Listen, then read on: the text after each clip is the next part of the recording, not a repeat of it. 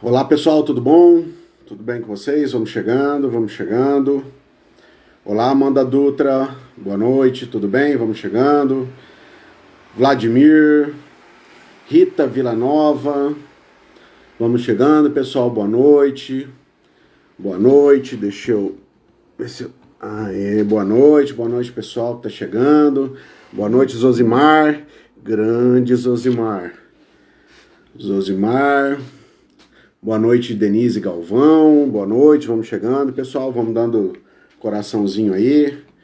Hoje a gente tem um evento muito bacana aí, né? Com o Dr. Ricardo. Boa noite. Enquanto isso, enquanto o Instagram vai fazendo a entrega aqui dessa live para mais gente, vou pedir para vocês compartilharem aí. Cliquem no aviãozinho, compartilhem no grupo de vocês, né? Teremos aí aproximadamente 2 minutos para fazer isso. Dá tempo da gente fazer para divulgar a live aí, tá? Boa noite, Leandro. Boa noite, Eric. Boa noite, Charles. Boa noite, Rainiel. Sempre presente, Rainiel. Boa noite. Pessoal, vamos compartilhando aí essa live aí. Dá tempinho, 2 minutos aí para a gente fazer o compartilhamento da live, né? Para que mais pessoas possam...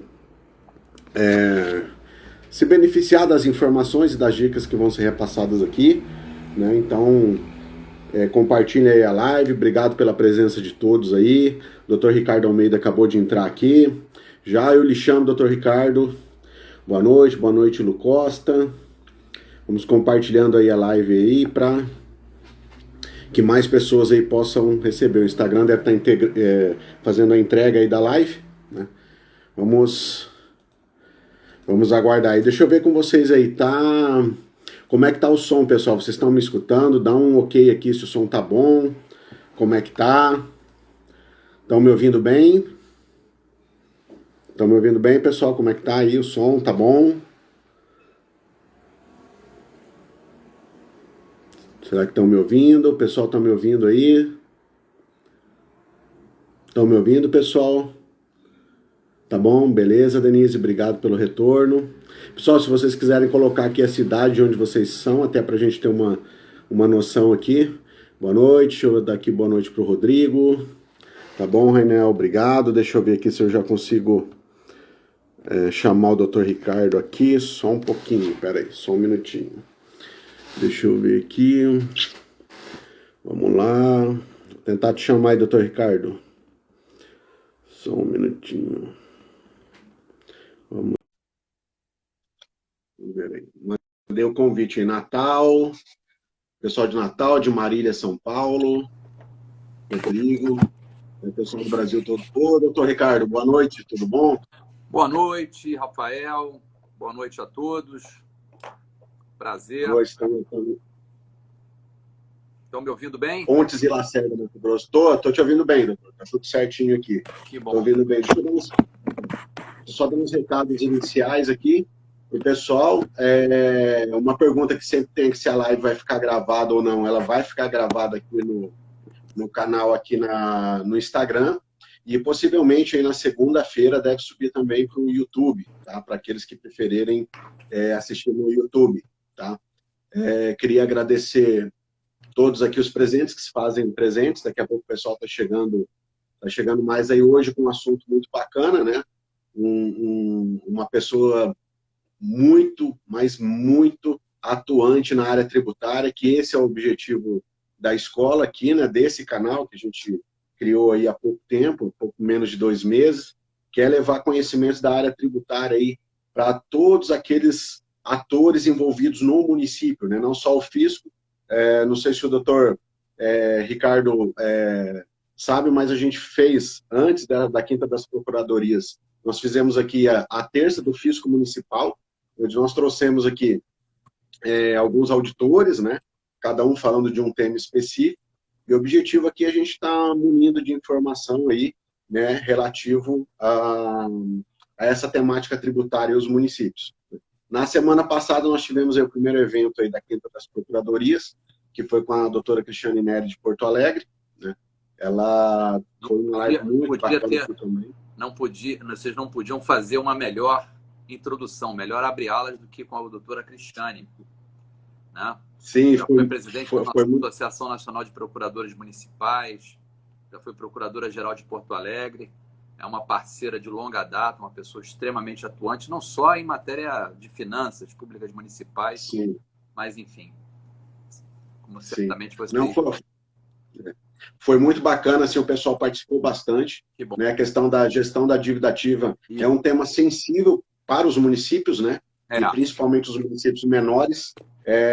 Foi muito bacana aí. E hoje, né, pessoal, estamos aqui com o Dr. Ricardo Almeida, né, no nosso segundo episódio aqui da Quinta das Procuradorias. Né? O Dr. Ricardo Almeida é procurador do município do Rio de Janeiro, né?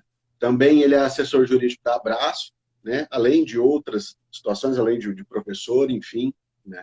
Ele vai trazer um tema aqui muito bacana também para a gente, que é a atuação no STF, no STJ, né? Doutor Ricardo, vamos dizer assim, tem muita intimidade com isso, porque eu andei olhando, tem vários cases aí de participação do Dr. Ricardo junto ao STF, a gente tem cases de ISS, o caso da Top Mix, se eu não me engano, de Minas Gerais, de Poços da Betim, se eu não me engano, né, da Top Mix.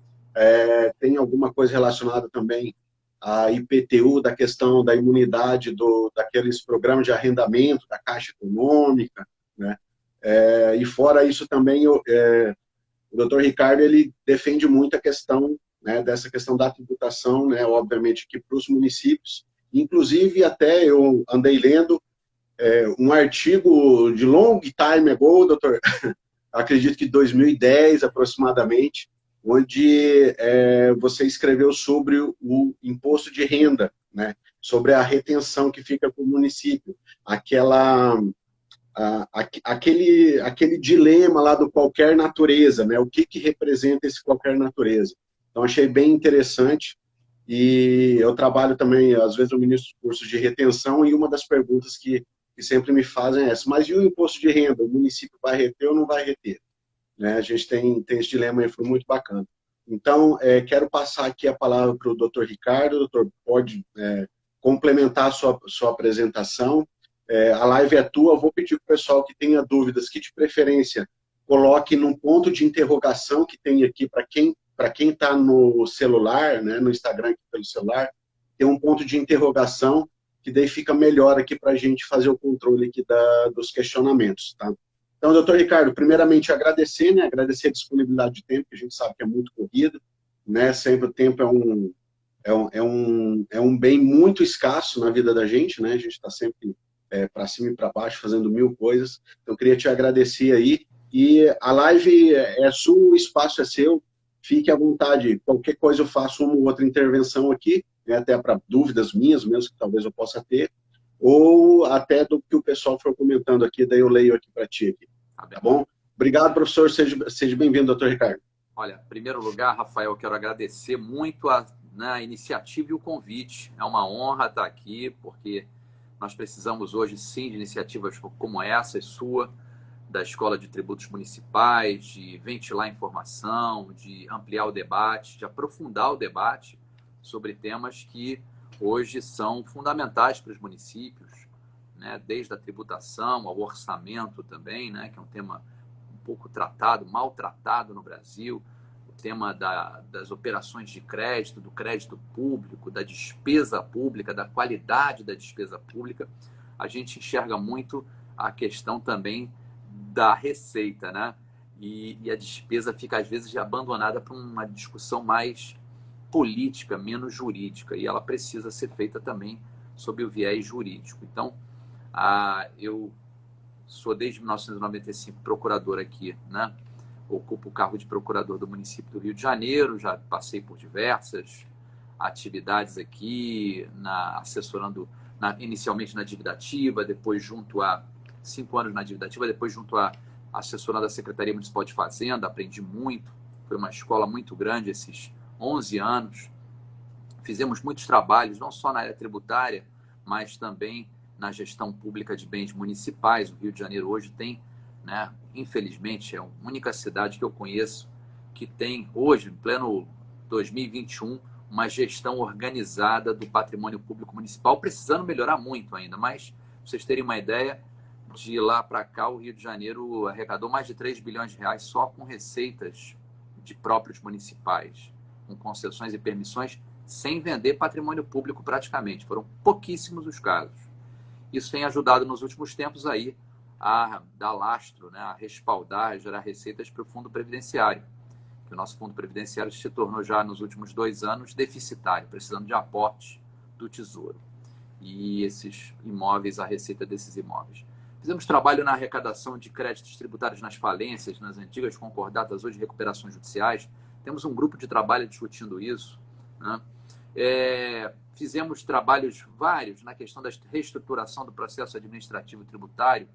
Eu fui convidado esse ano passado, na verdade, mas publicado esse ano para o Comitê de Discussão do Processo Administrativo Tributário em nível nacional pelo CNJ. O CNJ está fazendo um diagnóstico do contencioso tributário para tentar buscar soluções que diminuam a litigiosidade, diminuam esse passivo que é inacreditável. Os países da OCDE têm um percentual de estoque de dívida tributária que não passa de 1% do seu PIB. O Brasil chega a 75% do PIB. Esse último estudo do INSPER, que avançou sobre boa parte dos municípios de grande porte, 16 capitais, chegou apontou que nós temos hoje de estoque de dívida ativa judicializada na esfera federal, municipal e dos estados e de alguns municípios, né? Não todos, mas já na casa de 5,5 trilhões de reais.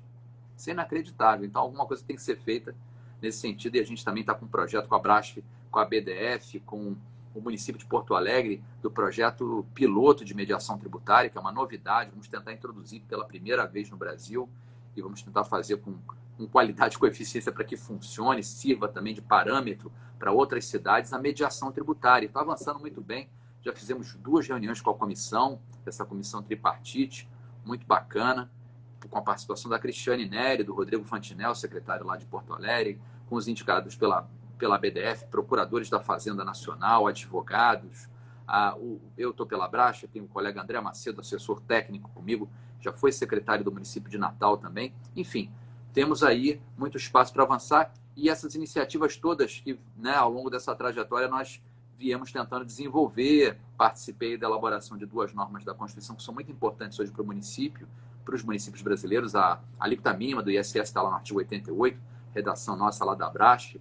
A COSIP, né, o 149A também, nós embarcamos aí em 2 PECs e conseguiram passar, a Lei Complementar 116 e outras contribuições, a Lei Complementar 157, não nessa parte polêmica, né, do deslocamento da incidência para o destino, mas continua, né? É uma questão importante, né? A justiça na distribuição da arrecadação, muito concentrada, sobretudo em São Paulo. Nós precisamos corrigir isso, mas temos que fazer com segurança, né? De maneira operacional, para que isso funcione. Temos aí 2 ADIs, na verdade, uma ADI, a 5835, e a DPF 499, pendentes de decisão, com várias petições recentes, até do município de São Paulo, pedindo para que se suspenda os efeitos da 175, que procurou corrigir as deficiências que o Supremo apontou. Enfim, então temos aí é uma trajetória longa, com muitas contribuições do município do Rio, a partir do município do Rio, a partir da Brasf, né? Nós gastaríamos aqui quase todo o tempo da live falando dessas contribuições, mas só para, enfim, para os colegas que estão assistindo, para os amigos que estão assistindo, terem uma ideia de que essa trajetória compõe algo que eu chamo de reforma tributária municipal na Constituição, que foi silenciosa, né? Antes a Abrasf já havia contribuído, eu não estava ainda, estou lá desde 2001, fazendo 20 anos esse ano de Abrasf, bastante tempo. Eu estava há pouco mais de 5 anos na Procuradoria, e então a Abrasf, antes disso, em 98, conseguiu, né, trazer para a Constituição uma proposta que virou emenda constitucional da progressividade do IPTU. Depois vieram essas contribuições, a alíquota mínima, a COSIP, a Lei Complementar 116, a interferências para tentar minimizar os efeitos do Simples Nacional. Eu tenho 2 artigos aí sobre o Simples Nacional mostrando o desastre que é o Simples Nacional para o Brasil, né? Não é só para municípios e estados, mas sobretudo para a União, arrecadação previdenciária, enfim, a renúncia fiscal. Até saiu um artigo recentemente dizendo que não é bem assim, do Zé Roberto Afonso. Eu discordo, mas enfim, é um tema importante também, que se procurou interferir para buscar a construção de um parâmetro de parâmetros melhores para a tributação municipal. E no que diz respeito à tributação, a atuação no STF e no STJ, essa atuação eu fazia pontualmente em casos da Procuradoria do Município, né? Eu, depois de passar pela Fazenda, eu fui para Meio Ambiente e Urbanismo um pequeno tempo e Patrimônio e Desapropriação, e desde lá, como eu tenho uma atuação muito intensa assessorando das secretarias e as próprias procuradorias, né, ajudando aí e atuando também em nome de municípios, junto ao Supremo e ao STJ, eu passei a fazer essa atuação, sobretudo pela Abrasf, provocado pelo então secretário do município de São Paulo, Mauro Ricardo, depois foi secretário estadual do Paraná, é um auditor da Receita, de carreira, mas que durante muitos anos e até hoje continua ocupando cargos importantes de gestão na área de finanças públicas, estaduais, municipais e também federais. E o Mauro Ricardo, numa reunião da Abrasf, perguntou para mim: Ricardo, não é possível, a Abrasf não pode atuar lá no Supremo Tribunal Federal? E, por coincidência ou não, logo depois veio essa ampliação da figura, né, do amicus curiae no Brasil, no processo constitucional. Então, nós, a partir daquela data, começamos a pleitear em diversos casos, em nome da Abrasf, nas matérias, obviamente, que são pertinentes à atuação da Abrasf, e também comecei a atuar contratado... Precisa, só para o pessoal entender, nesse caso, para a Abrasf participar, ela precisa demonstrar pertinência temática, né? Para ela poder estar ali enfim, né, nessas questões ali do STF, dia a dia, ADO, enfim, né? Exato.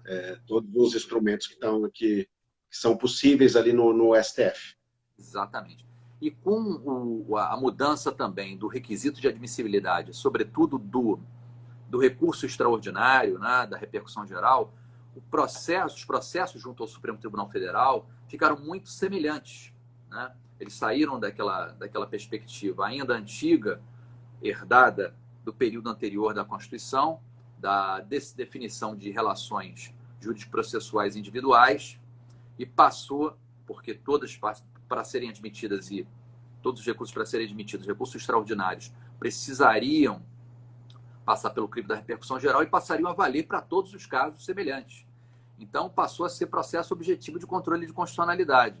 Não? Então, isso uniformizou, de certo modo, os processos no Supremo e nos permitiu também o ingresso, né, por essas entidades, Frente Nacional dos Prefeitos, que eu também represento em alguns casos, enfim, permitiu essa atuação. E eu tenho procurado estimular muito que as procuradorias municipais, tenho falado isso junto ao Fórum dos Procuradores Gerais das Capitais, que hoje está embarcada na Frente Nacional dos Prefeitos, que se organize melhor para que nós somemos esforços, né? É importante que os municípios estejam unidos para somar esforços junto ao Supremo, porque uma decisão de um caso pequenininho, eu vou dar um exemplo aqui, Marechal Cândido Rondon, né?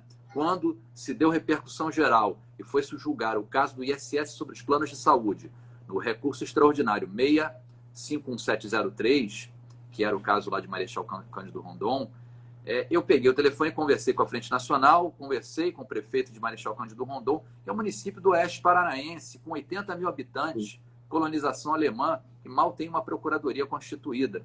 Eles não têm realmente condições de ser representados no Supremo. Então, e os casos, doutor, até... Desculpa interromper, mas esses casos de temas que podem chegar no Supremo, é importante dizer o seguinte, que pode ser qualquer tema de qualquer porte de município, né? Você citou aí a questão de Marechal Cândido Rondon, inclusive conheço lá, mas também, por exemplo, Santa Catarina, aqui, eu moro em Santa Catarina, moro na cidade de Indaial, então aqui também é um celeiro para temas subirem para o STF, né? Então nós temos casos de TBI de São João Batista, né? Foi o caso lá de São João Batista. Ano passado, se eu não me engano, saiu o tema, né, de repercussão geral sobre a questão do ITBI, da incorporação, né, de imóveis, né? Isso, no capital, né? O excesso, né, do valor.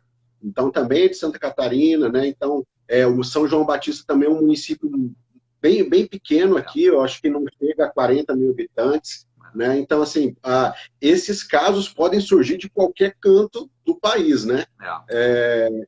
Essas teses, né? E agora até teve recentemente, agora que publicaram no dia 1º ali, a questão que aí, mas foi em virtude de uma lei de São Paulo, que é a questão do SECOM, né? Cadastro de Prestadores de Outros Municípios, onde o STF disse pela inconstitucionalidade.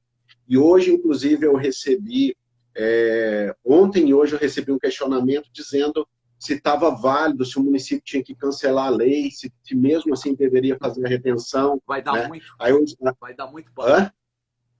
Vai. Aí, assim, até o município de Curitiba, até eu fiz uma orientação para uma das pessoas que entraram em contato comigo, eu falei o seguinte, na dúvida, então você faz o seguinte, faz uma consulta para a administração de Curitiba, né? Pedindo como é que está tratando desse tempo, porque foi publicado agora dia 1/3, a decisão acho que é de 24 de fevereiro, se eu não me engano, 25, algo assim, mas acho que está publicado lá o tema no dia 1/3 que foi publicado. Então, como é um tema de repercussão geral, então é inconstitucional, está tudo em tese, né? Pelo menos na teoria, estaria tudo. Olha só, São Paulo vai embargar, nós vamos embargar, estamos admitidos enquanto Abrasf, né? E a gente acredita que, né, teremos aí a chance de alguma maneira, discutir isso. E os canais a gente vai ter que mexer, até porque é o seguinte, só dando um spoiler sobre esse assunto, né? A despeito dos embargos, dos efeitos dos embargos, nós tivemos 3 votos, um voto do ministro Alexandre de Moraes, muito bom, na minha opinião, mas nós vamos... o Supremo Tribunal Federal não enfrentou as normas introduzidas pela Lei Complementar 157. Não enfrentou. Né? Então, nós temos aí ainda tem bambu aí. Enquanto tiver bambu, tem flecha. Então, a gente ainda vai brigar. Lá mesmo, nesse caso. Né? Então, não acabou, não. O pessoal já começa a entregar a paçoca muito rápido. Não é assim, não, gente. Calma lá. A gente já conseguiu reverter casos, como você falou. Construção civil. Caso dado como morto. Né? Recurso extraordinário 603497. Quase me bateram. Porque você ainda está insistindo nisso, rapaz. Isso acabou. Né? E nós insistimos. Batendo em gato morto. Conseguimos reverter, né? Ressuscitamos lá. E mais do que ressuscitar a tese em relação ao ISS sobre os serviços de construção civil. Né? Só para quem não conhece o caso, falar um pouquinho. O que acontecia? A interpretação que o STJ sempre fixou é de que não eram dedutíveis os materiais, e o STJ, no início, fazia a distinção. Só são dedutíveis os materiais que foram produzidos pelo prestador fora do local da obra e estão sujeitos ao ICMS. Então, a lei complementar fazia bem, e a interpretação correta, porque ela vem justamente separar aquilo que está sujeito ao ICMS e o que está sujeito ao ISS. Os demais materiais integram o preço do serviço, são o custo do serviço, da prestação do serviço. Bom, o STJ repetiu tanto isso, tornou isso inclusive súmula, e passou de uma maneira muito sintética a afirmar o seguinte, olha, não cabe dedução de materiais, tupur. E aí começou-se a entender, ora, mas peraí, tem que poder deduzir materiais, porque tem lá o parágrafo 2º, lá do artigo 9º, que não foi revogado, né? A Lei Complementar 116 não revogou. Então, houve um recurso, esse recurso extraordinário, que foi decidido com repercussão geral pela ministra Ellen Grace, né, o recurso da empresa Top Mix, você mencionou logo no início da nossa conversa, e ela deu provimento monocrático, dizendo que era a reafirmação de jurisprudência do Supremo. O Supremo nunca decidiu a matéria, no mérito. Tinha decisões sobre até a admissibilidade dessa dedução. Tinha decisões sobre sociedades uniprofissionais, lá do artigo 9º do Decreto-Lei 406/68. Então, nós trouxemos essa colocação e mostramos que o Supremo Tribunal Federal, inclusive, não poderia ingressar na interpretação dessa matéria, porque é própria de lei federal. Bom, em resumo, quem quiser depois, o acórdão está muito bem redigido, é um bom acórdão da ministra Rosa Weber, que assumiu a relatoria, demorou muito tempo. Nós pedimos seguidamente sobrestamento de todos os feitos pendentes, temos 3 petições pedindo isso, porque, infelizmente, na esteira dessa decisão monocrática, porque hoje se faz jurisprudência, né, pelos jornais, né? As pessoas não leem os acordos estão em dificuldade de se comunicar. A gente tem, inclusive, endereçado... E o jornal distorce, né? Por vezes sai no distorce... valor, pronto, fez jurisprudência. E não é assim, né? Tem que ler o acordo. Já é difícil, realmente. Nós temos discutido isso. O problema da comunicação hoje jurídica. né? Nós montamos um grupo agora de trabalho na BDF para aprimorar o framework, né? A estrutura e a comunicação dos acordos, principalmente na citação de precedentes. Porque o ministro cita o precedente que ele quer. Não, tem um precedente aqui, mas espera aí, esse é realmente um precedente, é o leading case? Tem outros precedentes que influenciam na reafirmação da jurisprudência, ou na sua superação, ou na compreensão diferenciada que você está trazendo aqui no seu voto? Enfim, eu acho que isso é muito importante. Eu tenho insistido muito no tema da comunicação jurídica, né? Nós temos aqui no Rio o PJT, que é um sucesso, é o Projeto de Jurisprudência Tributária, é um curso de pós-graduação, todo mundo quer transformá-lo em pós-graduação, mas ele é um curso e que parte da análise de jurisprudência tributária, e nessa perspectiva da análise da jurisprudência tributária, é importante também se entender como hoje se constrói jurisprudência tributária. Porque quem faz jurisprudência, eu sempre, né, converso com os advogados, colegas, estagiários, eu falo assim, quem faz jurisprudência?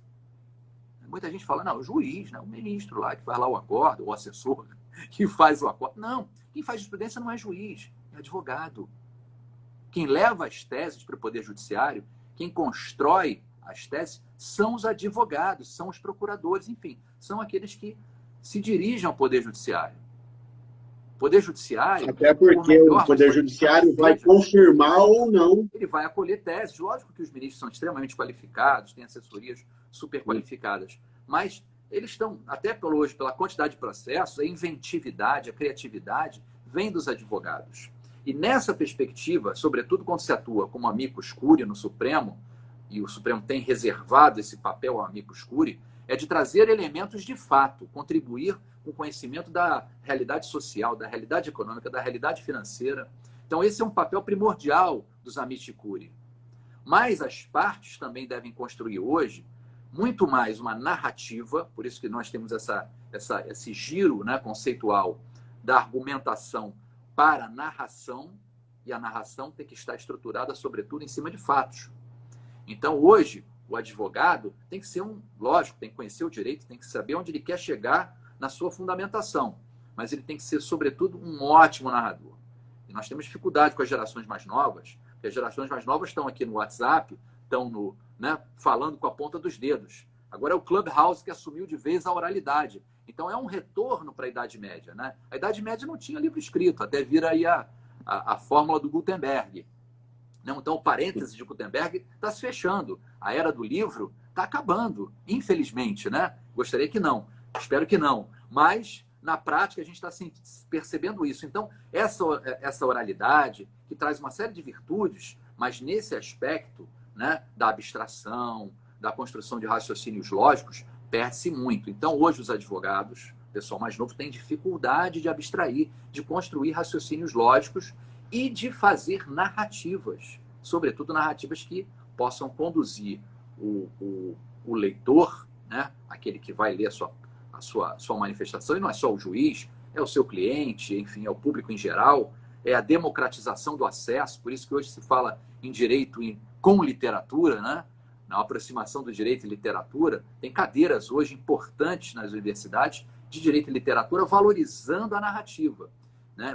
Valorizando, dei uma aula de manhã no PJT sobre o caso da mudança, entre aspas, né, da jurisprudência no que diz respeito aos imóveis da União ocupados por particulares e até, no caso lá de Santos, por sociedade de economia mista, em que o Supremo entendeu afastar a imunidade tributária recíproca nesses dois casos, né? O 601.720, aqui do Rio de Janeiro, de área da Infraero, que era ocupado por uma concessionária de automóveis, e o 594.015, lá do município de Santos, né, que tivemos uma atuação realmente muito intensa.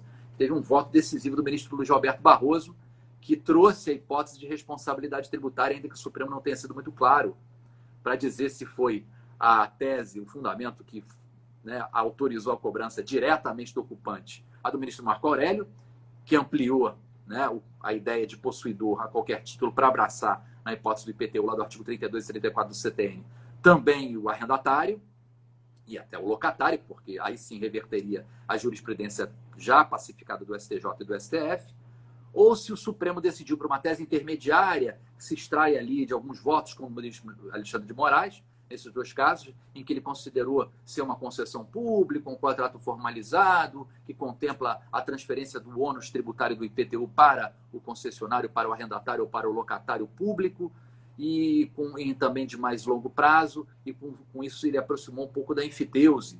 Isso não ficou claro. Ou a tese do ministro Barroso, que ao meu ver é a mais correta, que realmente afasta a modulação, que no fim das contas foi afastada, de que o lançamento realizado tanto para a Petrobras quanto para a concessionária aqui do Rio foi porque se considerou, né, e as duas legislações municipais têm leis, normas específicas, prevendo a hipótese de responsabilidade tributária. Então, na hora de construir essa argumentação e conseguir provocar o Supremo a revisitar a discussão e não simplesmente aplicar aqueles acordos da Codesp, da Companhia Docas, da Empresa Brasileira de Correios e Telégrafos, da Infraero, que diziam que para essas hipóteses, esses imóveis que eram cedidos pela União para essas entidades estatais, se tinha imunidade tributária recíproca.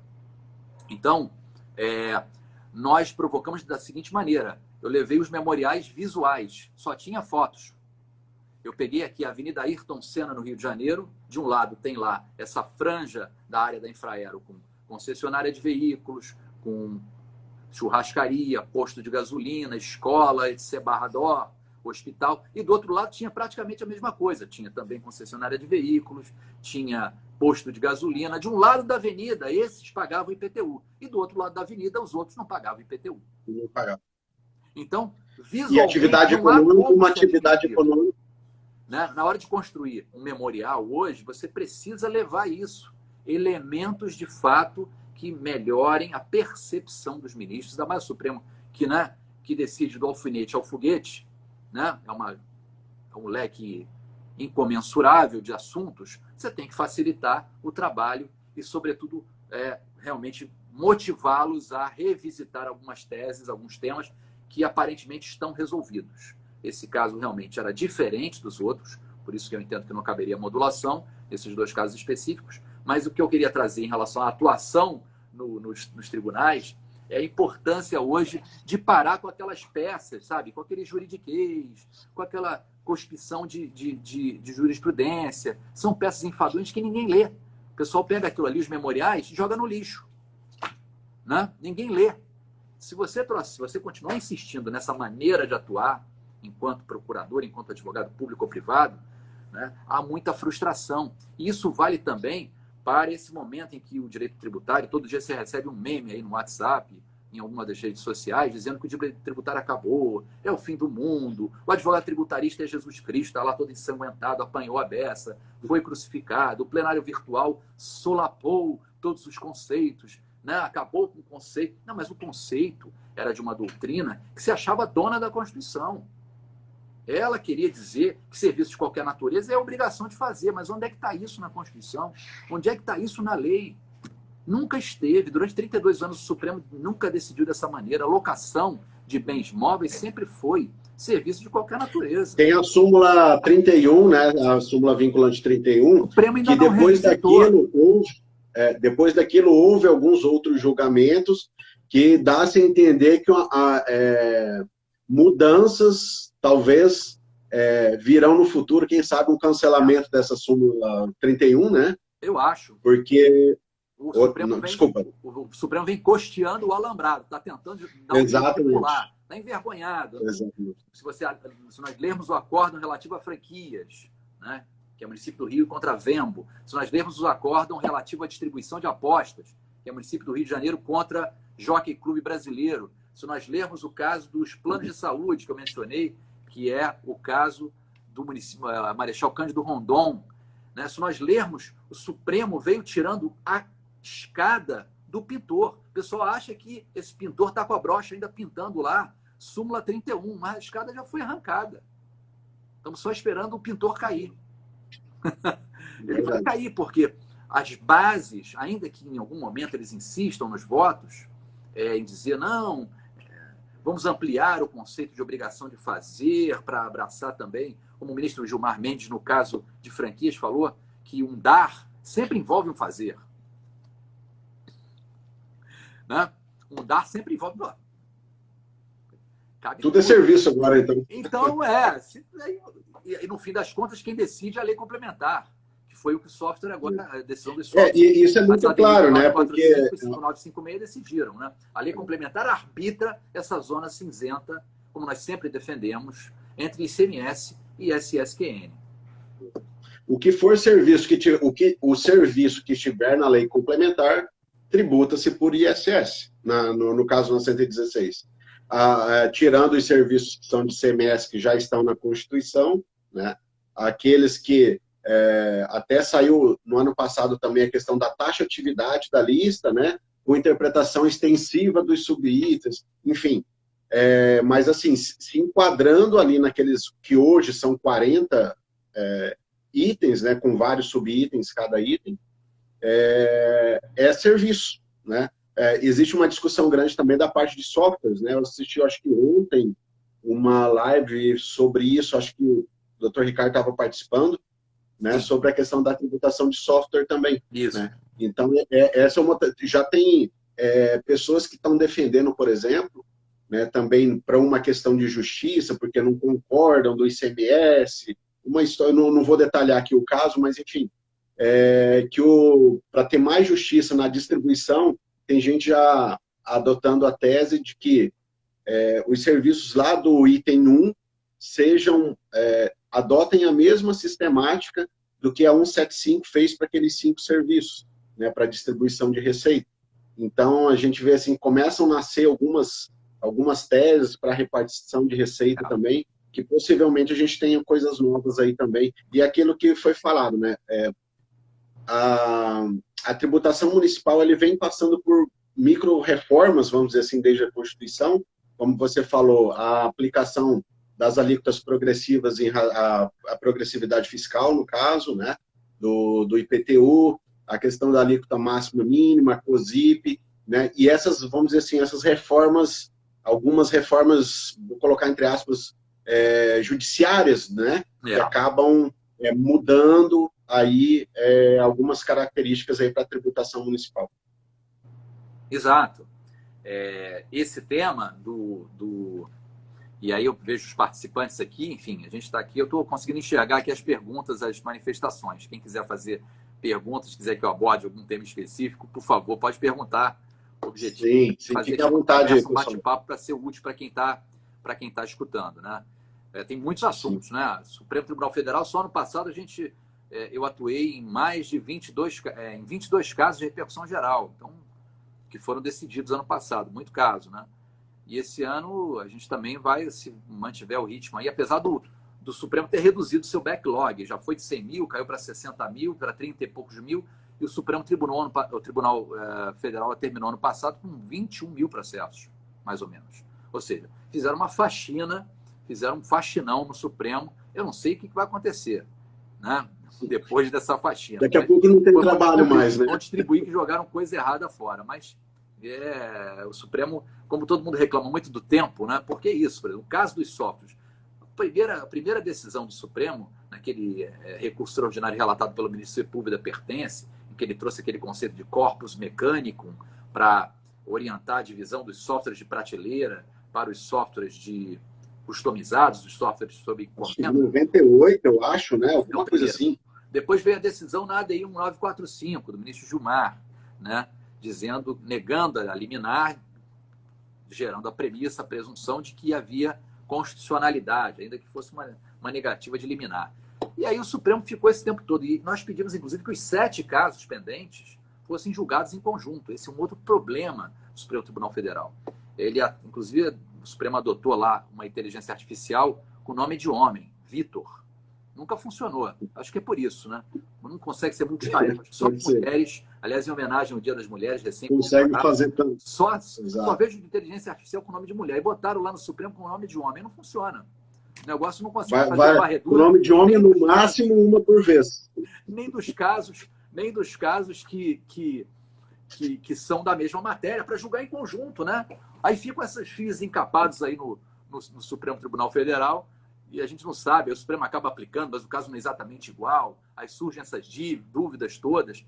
Precisa organizar isso. O Supremo tem problema com o passado, e tem problema com o presente, e vai ter problema com o futuro, porque enquanto não sistematizar e criar realmente um regime de precedentes que é onde a gente se meteu, né? A gente não resolveu, né, incorporar o modelo de case law, não trouxe um CPC, e já antes, né, uma série de instrumentos próprios desse modelo. Então, a gente precisa levar isso a sério.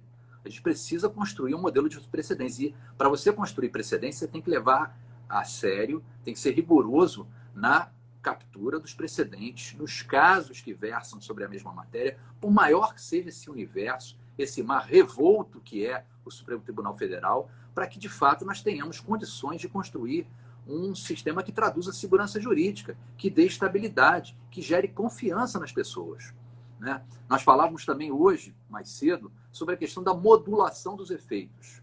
O Supremo demora tanto a julgar as coisas que cada vez mais é necessário adotar modulação. Modulação deixou de ser algo excepcional, passou a ser algo corriqueiro. E o processo de definição da modulação, né, de efeitos de uma decisão, que a princípio é só modulação temporal, mas o Supremo já começa a fazer algumas modulações substanciais, não está claro isso, mas nós precisamos não só definir melhor a técnica de decisão de modulação, né, e os procedimentos, porque hoje tem acórdão que já modula na própria discussão do acórdão. Muitas vezes o Supremo deixa para uma sessão seguinte, às vezes remete para embargos, diz, olha, se as partes quiserem, os interessados, peçam modulação através de embargos de declaração. E na hora de definir modulação, como o próprio artigo 27 da lei que regulamenta o processo constitucional, de controle de constitucionalidade determina, não é só aspectos de segurança jurídica, que já é amplíssimo. Tem que se levar em consideração o excepcionalíssimo interesse social. E o que é isso? É consequencialismo. Então não adianta vociferar contra consequencialismo. Na hora de ponderar, né, os aspectos que vão levar a uma modulação, tem que se levar em consideração o que? Aspectos financeiros do contribuinte, no caso do direito tributário, do contribuinte e da Fazenda Pública. E a Fazenda Pública, isso foi dito na nossa conversa de ontem, na BDF, muito bem pelo meu amigo e professor queridíssimo Sérgio André, professor aqui da UERJ, que ele, numa entrevista com Marco Aurélio Greco, lá em 2011, ele já falava, olha, os fatos vão ganhar dos conceitos. E a advocacia pública, ela se estruturou melhor, ainda que haja dificuldade de mensuração de dados, né? O Brasil não mede nada, a gente tem poucos recursos informativos sobre estatísticas, sobre números, mas, ainda assim, ela levou e se preocupou em fazer essa narrativa que eu vinha falando, muito mais do que a advocacia privada, que ficou apegada aí nesses conceitos doutrinários, nessa perspectiva, né, de uma certa arrogância até, de uma superioridade dos conceitos que deveriam ser respeitados, ainda que a revelia da dicção, do sentido da norma e da realidade dos fatos. Né? Essas ficções se descolaram completamente da realidade dos fatos, e essa realidade vem sendo trazida e é hoje cada vez mais necessária na hora de modular.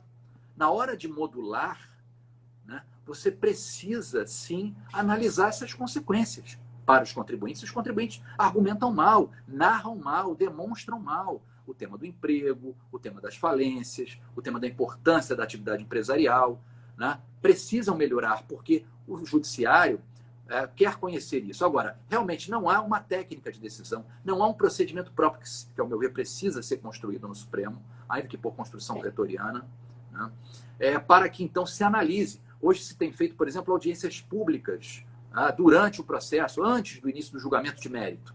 Então, vão se ouvir, como no caso do feto anencefálico, né, especialistas médicos, vão ouvir, por exemplo, a questão do maltrato dos animais no caso da vaquejada.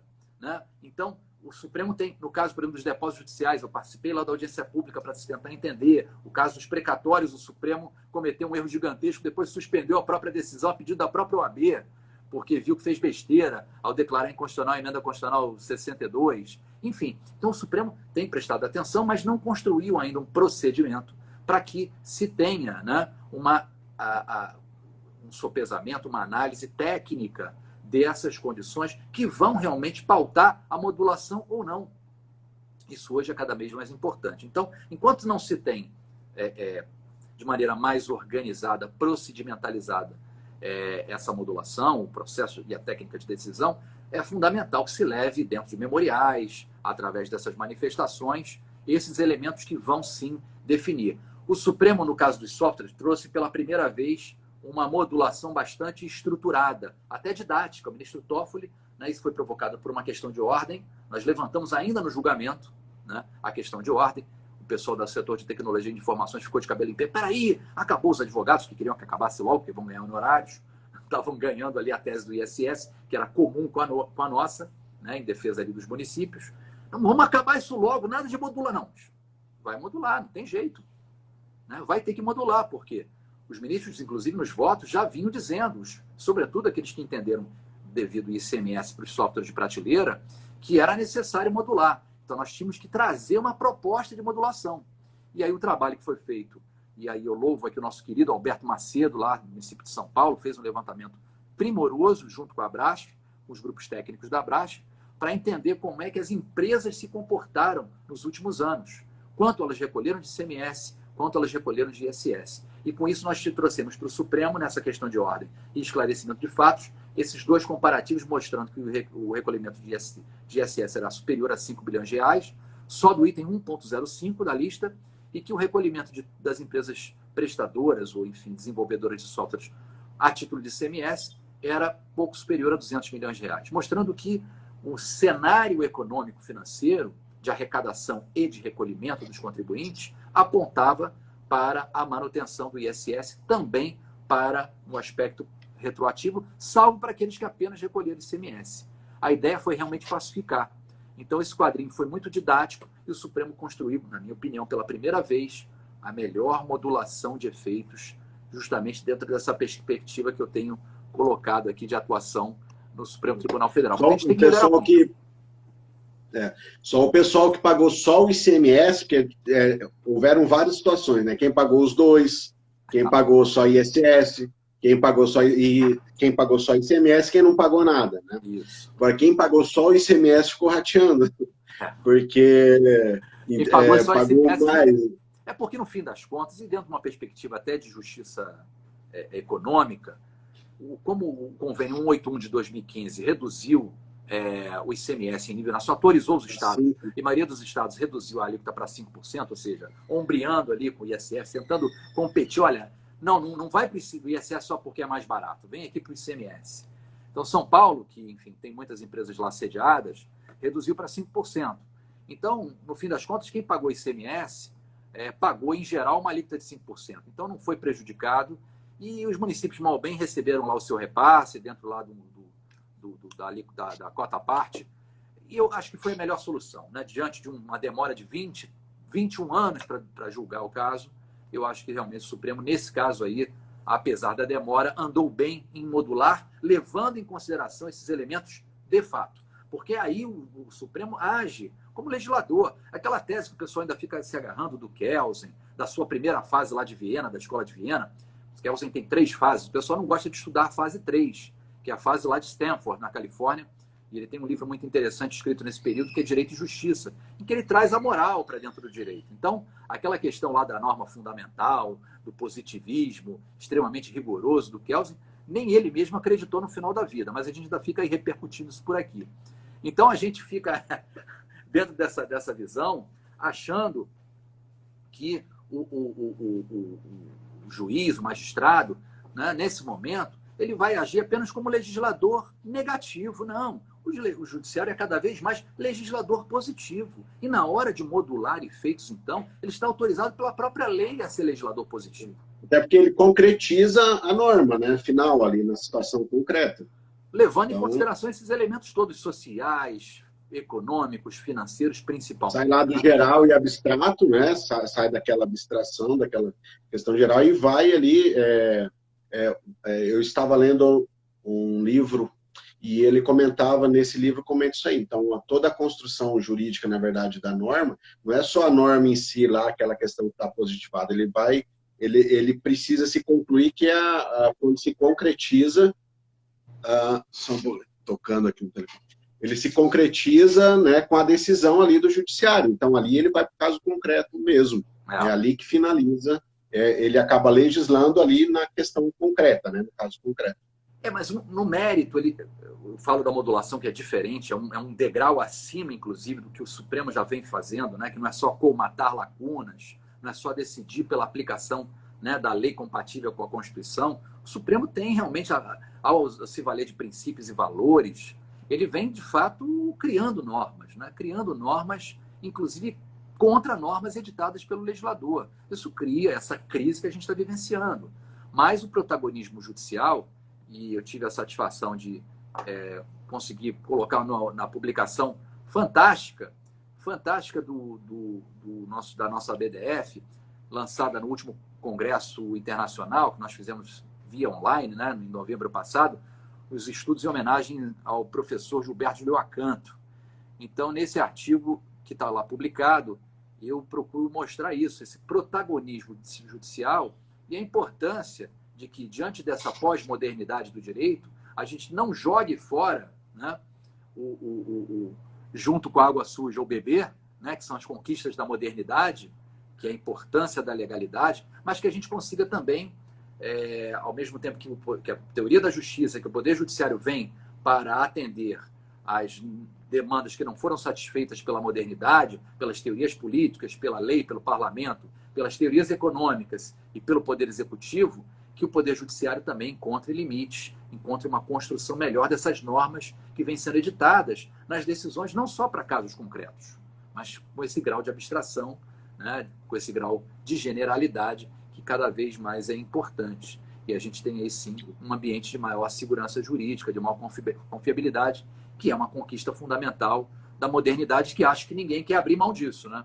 Ninguém quer abrir mão, porque nós começamos a criar um ambiente de um risco de totalitarismo, que não é só de estados ou do ditador de ocasião, não, de grandes grupos, né? Nós estamos aí, hoje, diante do risco de captura por grandes grupos econômicos, midiáticos, que controlam dados, né? A gente está na economia 4.0. A gente saiu da economia 1.0, que era baseada em terras, fomos para a economia 2.0, que era baseada em meios de produção, em maquinários, em equipamentos, a economia industrial. Passamos para a economia 3.0, que é a economia financeira, e agora a gente está na 4.0, que é dados. Quem tem dados tem poder. Então, esses grandes grupos que controlam dados têm muito poder e podem, com isso, né, ter esse controle totalitário. A gente precisa, então, das instituições para equilibrar isso. Nós precisamos equilibrar essa distribuição de poder, porque a concentração de poder vai levar sempre a um modelo totalitário, seja ele privado, seja ele público, né? Então, essa compreensão da importância de nós preservarmos a harmonia, né, o funcionamento, o bom fluxo das instituições, essa divisão de poderes, é importante que outras figuras tenham vindo para a arena pública, o Ministério Público, né, a sociedade civil organizada. Isso é muito importante porque são atores que, funcionando de maneira, né, harmônica, conseguem, detendo parcelas de poder, sendo atores protagonistas também nesse cenário, você não tem uma captura por um único centro de poder, né, dos interesses que estão ali em jogo. Isso é democracia. Democracia não é só lá e depositar o voto de 2 em 2 anos lá numa urna, sei lá qual. A democracia, ela se exerce de muitas outras formas. E essa atuação e essa organização dos poderes, no caso a gente hoje aqui está falando de STF e STJ, dentro de uma perspectiva de advocacia pública, né? Ou advocacia de interesse público, é fundamental que a gente também colabore para a construção, né, de instrumentos, de institutos que gerem, né, essa sedimentação, essa consistência do Poder Judiciário. Senão nós vamos acabar destruindo o Poder Judiciário, a credibilidade do Poder Judiciário, né, da justiça como um todo. Como hoje nós vemos aí bastante fraturada a credibilidade do parlamento, tão importante, né, e do próprio Poder Executivo em todo o mundo. Então nós perdemos aí poder e ficamos sujeitos a esses salvadores da pátria de ocasião, ou a modelos, né? Que eu falo, não se muda o DNA de uma nação em 50 anos. Você pega a China hoje lá está o Xi Jinping, está com o nome na Constituição igual um imperador de sempre. É um país imperial. Exato. Né? A Rússia é a mesma coisa. Né? O ex-chefe da KGB, o Putin, é o novo czar, é o neo-czar. Então você não deixa, mesmo com os milhões que o Stalin matou, mesmo com todas as teorias, né, bolcheviques, trotskistas, seja lá quais forem, com essas inclinações, o país continua vivenciando isso. Você vai na Rússia e eles continuam com essa visão. Então o Brasil, que é um país feudal, né, um país feudal, infelizmente a esquerda, né? A historiografia à esquerda e à direita, né? Desde o Caio Prado Júnior até o Cândido Mendes, à direita, sempre negaram que Portugal teve um feudalismo e que o Brasil teve um feudalismo. Mas aí eu recomendo a leitura do livro chamado O Feudo, do Luiz Alberto Muniz Bandeira, um baiano, mas fantástico, sempre escreveu sobre relações internacionais. Tem esse livro que é o melhor livro de história do Brasil. Para quem quiser entender o Brasil, leiam esse livro. É um livro grande, mas é um livro fundamental. Ele vai desde o Caramuru até o Visconde de Pirajá, né? Mostrando a importância lá da dinastia baiana, né? E para nós juristas, né, que a gente não conhece isso, o Brasil adotou pelas ordenações, e Portugal também, em todo o mundo, né, lusitano, as colônias lusitanas adotaram as ordenações filipinas, que tinham lá um instituto que é a maior indicação do feudalismo nosso, que era o morgado, o morgadio, o morgadício. Já ouviu falar do morgado? Não, não, O não. morgado era parecido com um bem de família. Você podia instituir o morgado, e as grandes famílias latifundiárias, sobretudo da Bahia, instituíam, Portugal também, em que você poderia deixar todo o patrimônio, e no caso os Garcia Dávila, né, deixaram um patrimônio que em determinado momento chegou até o Ceará, é maior que a Europa. Eles tinham latifúndios somados maiores que a Europa. Então, pelo morgado, eles deixavam todo esse patrimônio para um único herdeiro varão, filho homem. Bom, que é instituto mais medieval, mais feudal do que esse? A gente teve isso até 1930, né? Foram extintos em 1853, mas permaneceram os últimos morgados até 1933 em Portugal. Então, a gente não conhece a nossa história, não consegue entender como é que é o nosso DNA, para entender também como é que essas mudanças hoje, né, elas vão sendo acopladas a toda essa história que nós temos. Então, a hora de fazer às vezes, para a gente compreender o presente, né? Às vezes, para a gente compreender o presente, a gente tem que entender o passado, né? Tem que entender. E para algumas coisas a gente vê, eu faço essa leitura, assim, que daí eu vou tentar buscar algo lá atrás para ver o que é que, às vezes, que justifique um determinado comportamento atual, né? Porque eu estava discutindo também hoje sobre o assunto era questões culturais, né? Porque uma questão cultural você não muda da noite para o dia, né? Você não consegue... vem da cultura, está enraigada na pessoa, né? Na sociedade, uma determinada linha de comportamento. E isso você não vai chegar hoje e falar, não, a partir de hoje mudou, não funciona, né? São pequenos afazeres, pequenos detalhes, dia a dia, aquele trabalho de formiguinha, para você ir construindo uma nova forma de agir, uma nova forma de pensar, né? Então, acho que é mais ou menos por aí. Doutor Ricardo, a gente está quase... a gente está aqui, o Instagram tem um limite de tempo aqui, né? Não sei, pode ser que a gente caia. Tem uma do Rodrigo aqui, não sei se você está vendo aí. Estou vendo. Tá. O CNJ, e até peço que acompanhe, aliás, tem a primeira reunião do comitê amanhã, na parte de processo administrativo, mas numa única palavra, para a gente, uma única linha aqui, o ministro Fux, na abertura, ele, ao meu ver, me surpreendeu com uma proposta que me pareceu muito parecida de se introduzir no Brasil um contencioso administrativo à la França, à francesa, para isso filtrar completamente o contencioso, ou talvez até para criar um contencioso à parte. Como tem lá o Conselho de Estado francês, a Fazenda Pública lá não litiga na justiça comum, né? Como a Inglaterra também teve, né, durante séculos passados, o King's Bench, né? Então, as reclamações que envolviam direitos editados pelo rei iam para o King's Bench. E o direito comum, o common law, de uma maneira geral, ia lá para common pleas. Então, common pleas era, enfim, da plebe, e o King's Bench eram as questões. Então, a França, dentro de uma outra perspectiva, depois da Revolução Francesa, com a construção do Conselho de Administração Pública, o ministro Fux propôs isso. Eu acho que isso não é a melhor solução. A gente precisa, eu tenho insistido muito na questão do consenso ao tributo.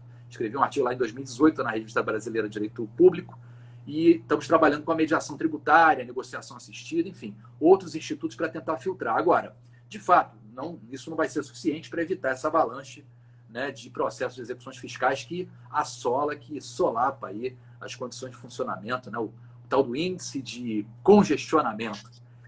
Então, a gente tem que pensar outras alternativas, mas certamente não vai ser arbitragem, né? Mas me surpreendeu, o ministro Fux, está disponível na internet, no YouTube, essa reunião inaugural de instalação da comissão do diagnóstico. A fala do ministro Fux é uma fala curta, tem 5 minutinhos, vale a pena escutar, para ver como é que o ministro, o presidente do STJ, e do STF e do CNJ está pensando.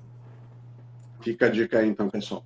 Bom, doutor Ricardo, então a gente está aqui, devemos ter aí aproximadamente uns 3 minutos, 4 minutos. Passo aí para você fazer as considerações finais. Peraí, vamos ver, tem uma outra pergunta aqui, vamos ver se dá tempo aqui. Do Henrique, chegou agora aí, não sei se o doutor está conseguindo enxergar, ver aí, se já chegou para ti a pergunta. A ITBI ignora a possibilidade de antecipação tributária na Constituição. Pois depois eu mando, quem quiser, enfim, pega o meu contato. Eu não tenho Instagram, tá? Eu tenho esse Instagram aqui porque ele é acidental. Mas se quiser me encontrar, me encontra lá no LinkedIn, que é a única rede social que eu tenho realmente. Ou no WhatsApp, quem tiver o meu contato.